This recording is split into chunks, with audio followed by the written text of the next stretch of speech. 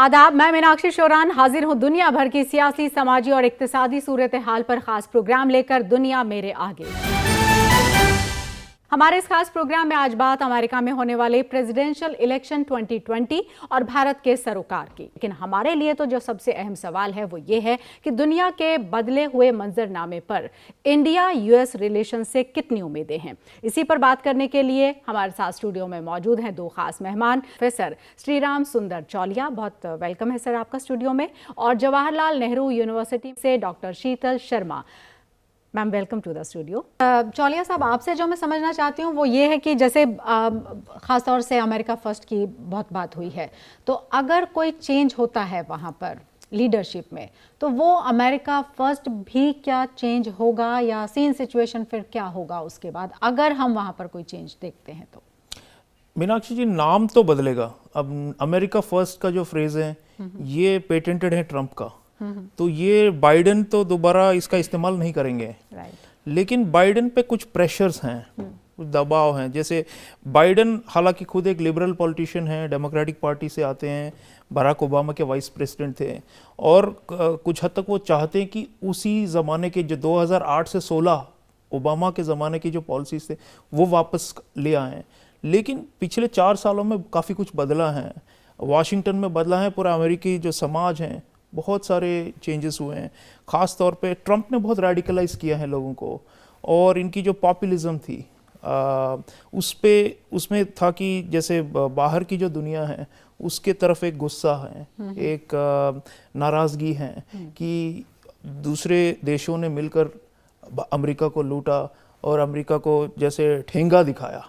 तो ये जो इनकी जो माइंडसेट है ये बदलने में मुझे नहीं लग रहा है कि अगर बाइडेन भी आते हैं तो ये ज़्यादा कुछ बदल पाएंगे। एक जो नज़रिया है दुनिया की तरफ वो शक्की रह गया है, और ट्रेड हो, इमिग्रेशन हो, इन सब मामलों में इवन सिक्योरिटी कोऑपरेशन जो एलाइज हैं, बाइडेन कह रहे हैं कि हम दोबारा जो हमारे जो बहुत ही खास दोस्त थे दुनिया भर में उनको बहुत ही मजबूत करेंगे। लेकिन इसका कोई गारंटी नहीं है, क्योंकि जो अमेरिकी जो सोसाइटी है अंदर वो इतनी इंटरेस्टेड नहीं है इन चीज़ों में आजकल। अमेरिका फर्स्ट का मतलब कि सबसे पहले हम अंदर अपने जो डोमेस्टिक जो इंटरेस्ट है उसी पर फोकस रहेंगे। तो बाइडेन ज़रूर कह रहे हैं कि एक जैसे एक नई शुरुआत होगी। लगभग आधी जो आवाम है वो उन्होंने ट्रंप को पिछली बार ही वोट डाला था। अब देखते हैं क्या होता है। जो भी है ट्रंप का जो इफेक्ट है, जो इम्पैक्ट, उनका जो असर है, वो चाहे जीते या हारे वो सिस्टम पे जैसे आ गई हैं, और मुझे नहीं लग रहा है कि उसको उल्टा किया जा सकता है। राइट। और जिस तरीके की डिबेट्स वहाँ पर हुई हैं और ये कहा गया कि ये एनर्जी और सब्सटेंस का एक तरीके से परफेक्ट कॉम्बिनेशन है, क्योंकि जितना एनर्जेटिक ट्रंप रहते हैं या पब्लिक डोमेन में जिस तरीके से वो आते हैं, और वहीं सब्सटेंस की बात बहुत हद तक जो बाइडेन की तरफ से की जाती रही है, तो वैसे में जो इंटरनल इश्यूज़ हैं जिसका जिक्र किया मैम ने भी कि वो बड़ा इंपॉर्टेंट है, और ख़ास तौर से जिसमें रेसिज्म की बात है, ब्लैक लाइव्स मैटर जिस तरीके का मूवमेंट वहाँ पर चला, ये सब चीज़ें कितना इम्पैक्टफुल होती हैं यूएस जैसे इलेक्शन में? बहुत असरदार होंगी मीनाक्षी, बिकॉज ये हस्तियां तो दो अलग ही हैं बिल्कुल, जैसे आपने कहा ट्रंप और बाइडेन, लेकिन साथ साथ वो सोशल फोर्सेस को रिप्रेजेंट करते हैं। तो बाइडेन जो multi culturalism, liberal view point के से आते हैं, और ट्रंप जो है फार राइट हैं और कंजर्वेटिव व्यू पॉइंट हैं। तो इन दोनों में काफ़ी फ़र्क हैं इस विषय पर, ये जो सोशल आइडेंटिटी इश्यूज। ट्रंप ने बेड़ा उठाए हैं लॉ एंड ऑर्डर। वो कहते हैं कि जो पुलिस है वहाँ की लोकल यूएस पुलिस, वो हीरो हैं, और इन्हें हमारा साथ देना होगा, और पूरी जो सोसाइटी है, स्टेट है, वो सब पुलिस के पीछे हमें खड़ा होना चाहिए।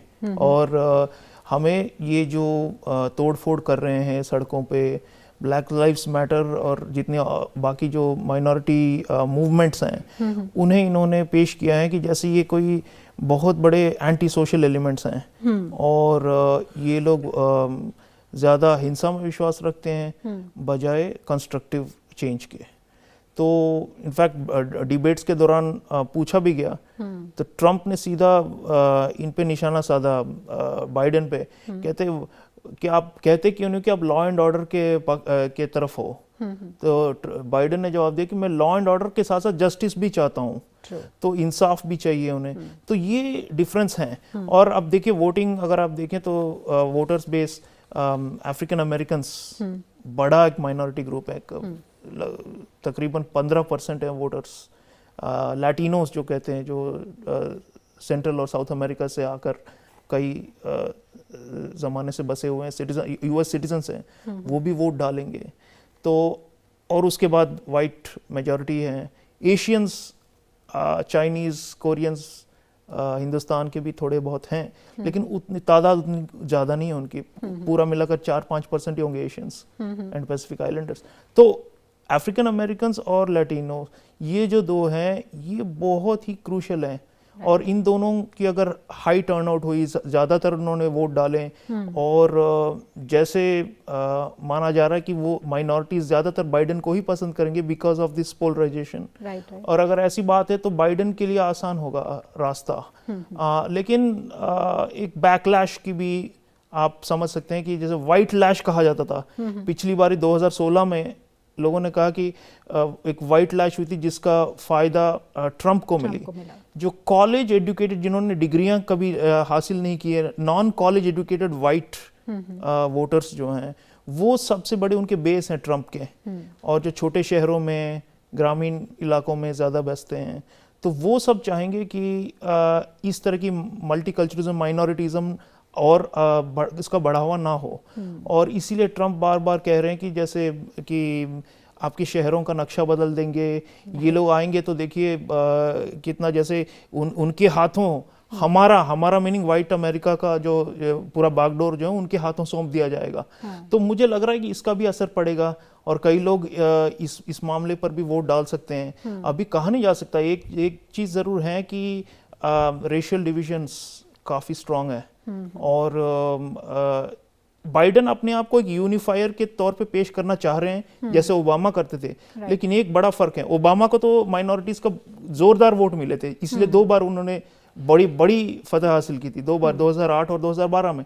लेकिन बाइडेन और ओबामा में यही फर्क है कि बाइडेन उम्र में काफ़ी बुजुर्ग हैं, दूसरा वो कैरिज्मा, और जिस तरह ओबामा कैंपेन करते थे, जिस तरह ओबामा पब्लिक के साथ इमोट करते थे, जो एंथुजियाज्म, जो जैसे जोश होता था ना लोगों में कि वोटर्स में कि ओबामा बहुत बड़ी बदलाव और तब्दीली लेके आएंगे, वो एंथुजियाज्म बाइडेन में नहीं नजर आ रहा है। बल्कि लोग कह रहे हैं अगर कोरोना ना होता तो फिर बाइडेन को कोई वोट ही ना डालते। तो मेरा ये मानना है कि बाइडेन जो है वो एक इंडिविजुअल, एक पर्सनालिटी के तौर पर अगर आप देखें तो कमजोर हैं ट्रंप के मुकाबले। लेकिन जो फिलहाल जो हालात हैं, ऑब्जेक्टिव रियलिटीज हैं, आपने रेस की बात की, हेल्थ केयर की बात की, या इकोनॉमी की बात की, तो अमेरिका बहुत ही बड़े क्राइसिस से गुजर रहा है। तो क्राइसिस की वजह से लग रहा है कि बाइडेन का हाथ अभी भारी है। सर, जो मैं आपसे जानना चाहती हूँ चौलिया साहब, वो ये है कि 2+2 इंडिया अमेरिका डायलॉग, वो हमको कहाँ लेकर जाएगा, वो किस तरीके से हमें स्ट्रेंथन करेगा, और एक क्या है वो भी हम आपसे जानना चाहेंगे। प्लस इसका ना सिर्फ हमें बल्कि एक जो वर्ल्ड ऑर्डर है उस पर अगर इम्पैक्ट मैं आपसे समझना चाहूँ तो वो कैसे रहेगा। जी मीनाक्षी, देखिए दुनिया हैरान है कि इलेक्शन के एक हफ्ते पहले ही US secretary of state, US defence secretary उस कोने से यहाँ तक 20 घंटों का एयर ट्रैवल करके आए हैं 2+2 डायलॉग करने। और कई लोग देखते हैं कि अच्छा भाई, इलेक्शन से पहले सारा जो फोकस है वो सियासत पे रहती है, फॉरेन पॉलिसी वगैरह तो लास्ट प्रायोरिटी होनी चाहिए। लेकिन नहीं, ट्रंप एडमिनिस्ट्रेशन और चाहे बाइडेन एडमिनिस्ट्रेशन भी आए, लग रहा है कि हिंदुस्तान पे बहुत बड़ा इन्होंने बेट डाला हुआ है कि अगर हिंदुस्तान हमारे साथ है तब भी जाकर हम ये चीन का जो एक्सपेंशनिज्म है उसे हम रोक सकते हैं। तो ज़्यादातर मुझे लग रहा है कि चाहे बदले या फिर ट्रंप 2.0 जो भी आए, ये जो स्पिरिट है कि स्ट्रेटेजिक पार्टनरशिप जो हम कहते हैं हिंदुस्तान और अमेरिका की, ये और मजबूत किया जाए। और इसकी वजह चीन तो है ही, लेकिन साथ साथ देखिए भारत बहुत बड़ी जमहूरियत है, एंड अमेरिका में ये जो ट्रम्प खुद उतना वैल्यू नहीं देते थे डेमोक्रेसी और ह्यूमन राइट्स वगैरह पर, लेकिन जो यूएस कांग्रेस हैं, अमेरिकन जो आम लोग हैं, पब्लिक ओपिनियन है, इनमें चीन की तरफ बहुत ज़्यादा शक हैं अभी, क्योंकि चीन जो भी करता है उसे ये लोग समझते हैं कि बहुत ही खतरनाक हैं, लेकिन हिंदुस्तान के लिए उनके दिलों में खास जगह है। वो समझते हैं कि भारत जो है वो अमेरिका का दोस्त है और एक जैसा गहरा दोस्त है, और उसकी वजह है ये वैल्यूज़।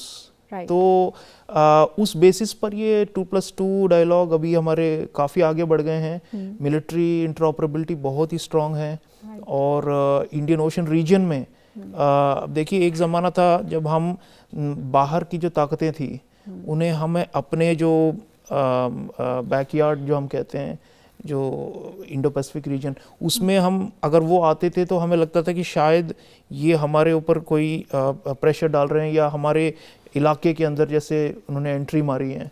लेकिन अब ये हो रहा है कि वो भारत खुद चाहता है कि अमेरिका ज़्यादा कंस्ट्रक्टिव रोल प्ले करें।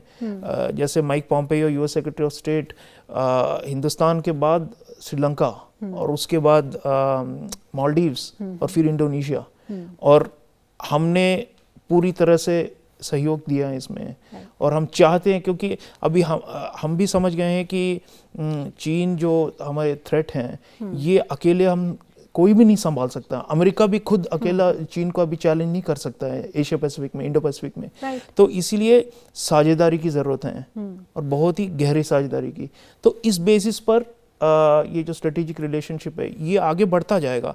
और बाइडेन अगर आते हैं मान लीजिए, तो बाइडेन भी कह रहे हैं कि हालांकि जैसे मैंने कहा कि वो इंटरनेशनल इंटरवेंशन वगैरह शायद वो नहीं कर पाएंगे इतना, पहले एक ज़माने में अमेरिका करती थी, लेकिन उसके बावजूद बाइडेन चाहेंगे कि भारत के हाथ और मजबूत किए जाए।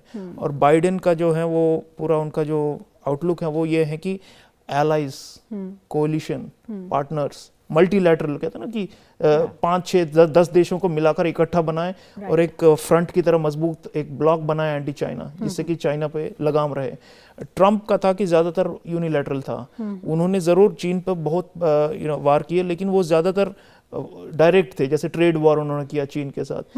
एक बहुत बड़ा कोलिशन नहीं बना पाया। आखिर में 2020 कोरोना वायरस के बाद जैसे वो उठ खड़े हुए, उन्होंने कहा कि चलो अब करेंगे, तो एक तरह से वो तेजी आ गई मल्टीलैटरलिज्म में। पर देखना यह है, अगर ट्रम्प का दूसरा टर्म होता है तो मेरे ख्याल से कंटिन्यू करेगा, और बाइडेन भी आते हैं तो भी मेरे ख्याल से ज़्यादा कंसेशंस मिलेंगी हिंदुस्तान को, क्योंकि तब वो इतनी ये जो समझौता और ये जो बार्गेनिंग वगैरह नहीं होता था कि हर बात पर अच्छा सौदेबाजी की, आप इतना दोगे हमें तो फिर आपको इतना मिलेगा। ये ट्रम्प का स्टाइल था, ट्रांजैक्शनल। लेकिन बाइडेन मेरे ख्याल से ज़्यादा वो ओपन लिबरल रहेंगे, और उस हिसाब से भी देखा जाए तो एक तरह से मैं कह रहा हूँ कि चाहे जो भी हो अमेरिका में, ये जो रिलेशनशिप है हमारी, ये जैसे बस ऊपर ही जाएगी। बहुत इंपॉर्टेंट पॉइंट हैं जो रेज किए गए मैम की तरफ से, और इसी पर आपसे मैं जो जानना चाहती हूँ वो यही है कि 2+2 से अब आगे बढ़ेंगे जब हम, तो उसके बाद क्योंकि जिस तरीके से चाइना का जिक्र इन्होंने किया और जिस तरीके से कि हम कहाँ पर हैं, तो हमारी जो फॉरेन पॉलिसी है, हमारी फॉरेन पॉलिसी भी हम लगातार कह रहे हैं कि जब से मोदी गवर्नमेंट है पिछले 6 साल से, हम लगातार हमारे जो डायमेंशंस हैं वो कहीं ज़्यादा खुले हैं। वो चाहे पर्सन टू पर्सन रिलेशन की बात कर लें या कंट्री टू कंट्री रिलेशन की बात कर लें, दो foreign policy is constant, but still वो हम देखते हैं उसमें कि एक जिसको हम कहते हैं कि एडिशनल स्पार्क नज़र आता है। तो वो क्या हम यहाँ पर उसी तरीके से कैरी फॉरवर्ड होते हुए देखेंगे, और जिस तरीके से हमने वर्कआउट किया है, हमने काम किया अपनी फॉरेन पॉलिसी पर, उसका एक असर होगा? जी देखिए, मुश्किल दौर तो हैं अभी हमारे लिए, क्योंकि जब से कोरोना की वबा फैली हुई है तो काफ़ी इकोनॉमिक हमें दिक्कतें आई हैं, स्लो डाउन हुआ है। तो उसकी वजह से हम जितने जैसे पावर प्रोजेक्शन कर पाते हैं अपने रीजन में और दूसरे देशों में, वो कुछ हद तक इफेक्ट हुआ है। लेकिन एक साथ एक ज़रूर है कि जैसा आपने कहा कि एक मोमेंटम है और हिम्मत की जो फॉरेन पॉलिसी वो हमने दिखाई है पिछले 6 सालों में।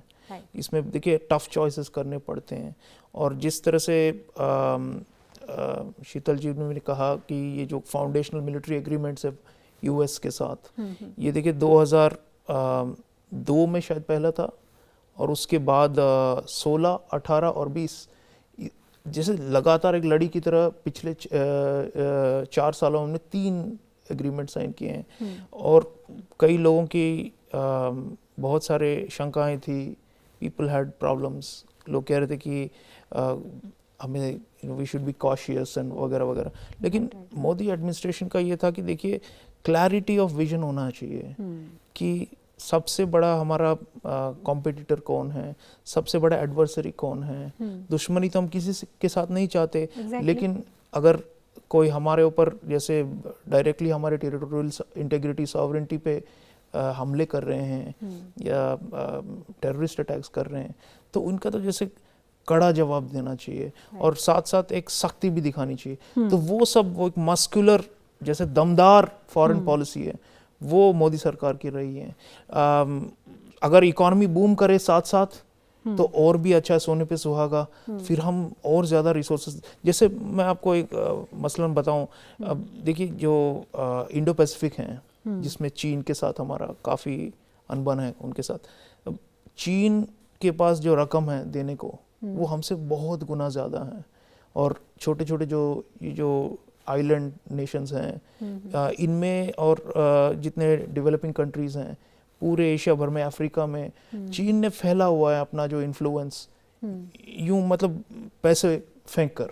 तो ये हमारी अभी वो काबिलियत नहीं है, क्योंकि जो इसलिए ज़रूरी है कि साथ साथ हम डोमेस्टिक इकोनॉमी पर भी इसका काउंटर इमेज हो सकता है, image is not with his side. हाँ, तो बिल्कुल, तो इसलिए हमें लोग ज़्यादा पसंद करते हैं क्योंकि चीन को लोग समझते हैं कि अच्छा भाई एक तरफ से ये नोट दिखा रहे हैं, दूसरी तरफ से ये हमारी जो जितने मिनरल्स हैं, स्ट्रेटेजिक रिसोर्सेज, ये सब हड़प लेते हैं।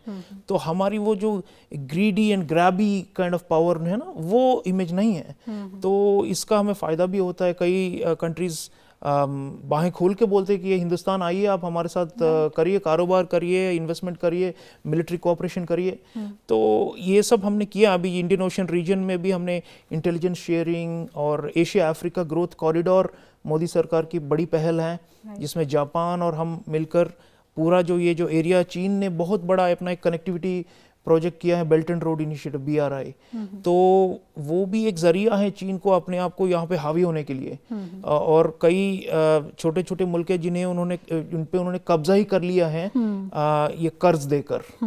तो हिंदुस्तान का जो अप्रोच है वो काफ़ी अलग है। हम इस तरह का दबाव नहीं डालते किसी पर और हमारी जो है इक्विटेबल पार्टनरशिप्स होती है। तो ये सब हम आगे लेकर चलेंगे। मुझे तो अमेरिका तो है, लेकिन अमेरिका के साथ जापान हमारे लिए बहुत ही अहम हो गया है। ऑस्ट्रेलिया के साथ हम बहुत चीज़ें कर रहे हैं, साथ साथ इंडोनेशिया है, वियतनाम है, जो पूर्वी जो अफ्रीका का जो कोस्ट है, ये जो पूरा क्षेत्र है, यहाँ पर हम काफ़ी हमें स्ट्रेंथन करने होंगे रिलेशनशिप्स। लेकिन डॉक्टर जयशंकर और मोदी जी ने साफ एक विजन लेकर चल रहे हैं कि अब जो है हमें कोई नहीं रोक सकता लॉन्ग टर्म में, मीडियम टर्म और शॉर्ट टर्म में जो इकोनॉमिक क्राइसिस हैं, ये जो कोरोना से जितना जल्दी हम रिकवरी करें फास्ट, उतना हम दौड़ सकते हैं और ये जो जितने हमारी long term medium term goals है ये हम हासिल कर सकते हैं। बिल्कुल चौलिया साहब, हमको फर्क नहीं पड़ता है उतना कि वहाँ पर डेमोक्रेट्स हैं या रिपब्लिकन हैं। जैसे मैम ने कहा कि रिपब्लिकन हो या फिर डेमोक्रेट्स हो, हमारे लिए वो US होता है। लेकिन क्या पूरे वर्ल्ड ऑर्डर के लिए भी वो US ही होता है? क्योंकि US इज US। क्या वो उसी तरीके से है या दुनिया देखती है उस तरह से कि अगर वहाँ पर डेमोक्रेट्स होते हैं तो कुछ सेट ऑफ कंट्रीज हैं जिनको कि एक एज मिलता है, और अगर वहाँ पर रिपब्लिकन्स होते हैं तो एक सेट ऑफ पीपल या सेट ऑफ कंट्रीज हैं जिनको एक एज मिलता है? देखिए, हम अंतर्राष्ट्रीय संबंधों में कहते हैं कि talk is cheap, action speaks louder. तो सबसे बड़ी बात है कि अमेरिका अगर बदलाव होता है अमेरिका में, तो क्या चीन का जो उनका पॉलिसी है वो क्या इसी तरह एक जैसे एक वॉर पाथ पे हैं अभी पिछले न्यू कोल्ड वॉर जो कहा जा रहा है कि नया एक शीत युद्ध शुरू हो गया है, इसी तरह चलता रहेगा और इसी तरह प्रेशर डाला जाएगा चीन पर? तो ये सबसे बड़ा सवाल है। और मुझे लग रहा है कि बाइडेन चाहे जैसे मैंने कहा कि वो खुद नरम मिजाज के हों, लेकिन अमेरिका में जो मूड है वो है कि अभी टक्कर लेना है हमें चीन के साथ, तो वो इसे नज़रअंदाज नहीं कर सकते डोमेस्टिक ओपिनियन को। और रही हमारी बात, तो मुझे लग रहा है कि बाइडेन ने बयान भी दिया है कैंपेन के दौरान कि हम हिंदुस्तान के सरहदों पे खड़े रहेंगे और हम हिंदुस्तान का जो पूरा जो इलाका है जहाँ पर भी उसे खतरा है, हम उनके साथ साथ कंधे से कंधा मिलाकर चलेंगे। तो कुछ लोग भारत के अंदर जो हो रहे हैं पॉलिसीज वगैरह कश्मीर वगैरह इन पे कह रहे हैं कि शायद डेमोक्रेट्स आए तो क्रिटिसिज्म, बट मुझे नहीं लग रहा है, क्योंकि चीन उनके लिए सबसे बड़ा अभी एक क्राइसिस पॉइंट बना हुआ है। तो मेरे ख्याल से वो एडजस्टमेंट्स करेंगे। और रही बात दूसरे दुनिया भर के जो वर्ल्ड ऑर्डर की बात है, तो बाइडेन जैसे मैंने कहा कि वो चाह रहे हैं कि जैसे घड़ी को वापस खींच लिया जाए 2016 तक, कि जब ओबामा थे और तब उनको लगता था कि अमेरिका अभी भी लीड कर रहा है दुनिया को, अभी भी शेप कर रहा है इंस्टीट्यूशंस को। और ट्रंप ने जितने भी बड़े बड़े यूएन से लेकर आप देखिए बड़े इंस्टीट्यूशन से, ट्रांस पैसिफिक पार्टनरशिप, इन सब से बाहर निकाल लिया था अमेरिका को। तो कुछ हद तक वापसी होगी, लेकिन ओवरऑल अमेरिका में अब वो कुव्वत नहीं रही। और उसकी वजह यही है कि डोमेस्टिक ट्यूमल्ट बहुत ज़्यादा है। और दूसरा देखिए, जो बाइडेन 77 साल के हैं, अगर जीतते हैं तो फिर 78 के हो जाएंगे जनवरी 2021। तो लोग कह रहे हैं कि ट्रांजिशनल प्रेसिडेंट होंगे, एक टर्म से ज़्यादा तो सवाल ही नहीं पैदा होता। तो इसका मतलब है कि ये भी एक जैसे, और उन्हें कोरोना से भी जूझना है, अभी कोरोना से बाहर निकलना है। तो एक बड़ा सा एक ग्लोबल लीडरशिप का जो इनका जो ख्वाब रहता था और इनका जो किरदार हुआ करता था, अब नहीं एक्सपेक्ट कर सकते हम। इसीलिए वो ज़्यादा ऑफशोर बैलेंसिंग कहते हैं, जैसे हिंदुस्तान के साथ मिलकर या जापान को स्ट्रेंथन कर कर, इस तरह के यूरोपियंस के साथ भी इनके काफ़ी ख़राब हो गए थे रिश्ते ट्रंप के 4 सालों में। अब वो थोड़ा बहुत मेकअप करना चाहेंगे, लेकिन हमें वो उस अमेरिका की उम्मीद नहीं करनी चाहिए कि एक ज़माने में जो था, जो एक कोलॉसस जो हम कहते थे, और जो 1990s में 2010 तक कम से कम जब से ये इकोनॉमिक क्राइसिस शुरू हुई है, तो अब वो बात नहीं रही उनमें। लेकिन अभी भी ग्रेट पावर तो हैं, इसलिए हमारे लिए आसान हो जाता है। अब देखिए, अगर दो लगभग बराबर की ताकतें हैं, खासतौर पे एशिया में लगभग बराबर ही हैं, दुनिया भर में अलग बात है, मिलिट्री में अभी भी अमेरिका आगे है, लेकिन अगर चीन और अमेरिका में कांटे की टक्कर है, तो हमें जाहिर सी बात है हमें किसका साइड लेना है, क्योंकि हमारी जो थ्रेट है वो चीन से है।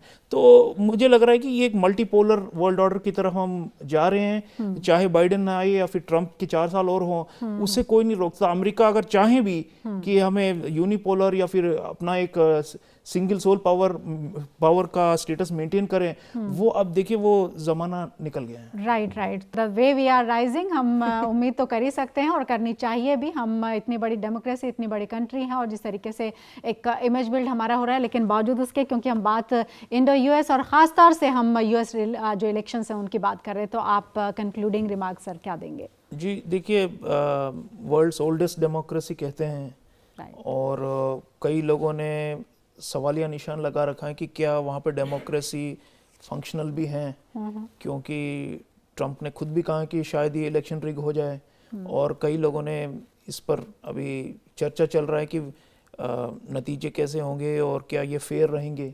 तो एक तरह से काफ़ी इंटरनली डाउट्स आ गई हैं, तो इन्हें क्लियर करना है और इन्हें एक जैसे एक नया चैप्टर अगर खोलना है, चाहे अब हो या 4 सालों के बाद हो, तो इंडियन पर्सपेक्टिव में हम तो हम तो चाहेंगे कि अमेरिका स्टेबल रहें और इन्फ्लुएंशियल रहें, और हम उनके साथ compete नहीं कर रहे हैं, तो लेकिन चीन कर रहे हैं। तो ये डायनामिक है हम तीनों की, एक ट्रायंगुलर डायनामिक है। और मुझे लग रहा है कि जो चाणक्य नीति है जो हम कहते हैं कौटिल्य का, वो यही है कि अभी फिलहाल के सिचुएशन में हमें अमेरिका के साथ जितने नज़दीकी रिश्ते बनाने हैं वो और करते रहें, और हम चाहेंगे अगर चेंज होता है यूएस इलेक्शन के बाद तो ठीक है, अगर चेंज नहीं आता तो अच्छी बात है। और मेरे ख्याल से हमने कंटिजेंसी प्लानिंग भी किया हुआ है, तैयार हैं हम। 2016 में थोड़ा सा हम भांप नहीं पाए क्योंकि ट्रम्प जो अजूबा सा फैक्टर आ गए थे, लेकिन बाइडेन को तो हम अच्छे से पहचानते हैं, उनकी जो माइंडसेट हैं वगैरह और जो कैंप हैं डेमोक्रेट्स को, तो मुझे लग रहा है कि मैनेज कर लेंगे हम। लेकिन सवाल ये है कि कितना फ़ायदा निकाल पाएंगे हम। अब आखिरकार ये रिश्ते जो हैं ये अपने आप में एंड नहीं है, it's a means to achieving something else which is India's rise. जो हमारा ये है कि we should be a leading power in the world. Narendra Modi ji का है स्लोगन लीडिंग पावर, कि हम जैसे इंडो पैसिफिक और वाइडर ग्लोबल ऑर्डर को ही हम शेप कर पाएं। तो उसके लिए strong economic growth at home and stable America and strong coalitions and partnerships. तो ये अगर एक कोऑर्डिनेटेड फैशन में, अब कहते हैं ना स्ट्रैटेजी ये नहीं होती कि अच्छा भाई इनके साथ ये कर लिया, इनके साथ ये कर, इन सब का जो मिलाकर जो है फुल पिक्चर क्या है, इंडियाज राइज होना चाहिए। तो ये मेरा पूरा कॉन्फिडेंस है, मोदी जी से बेटर कोई नहीं कर सकता ये। तो हम तो साथ खड़े हैं, अब देखिए अमेरिका में क्या होता है।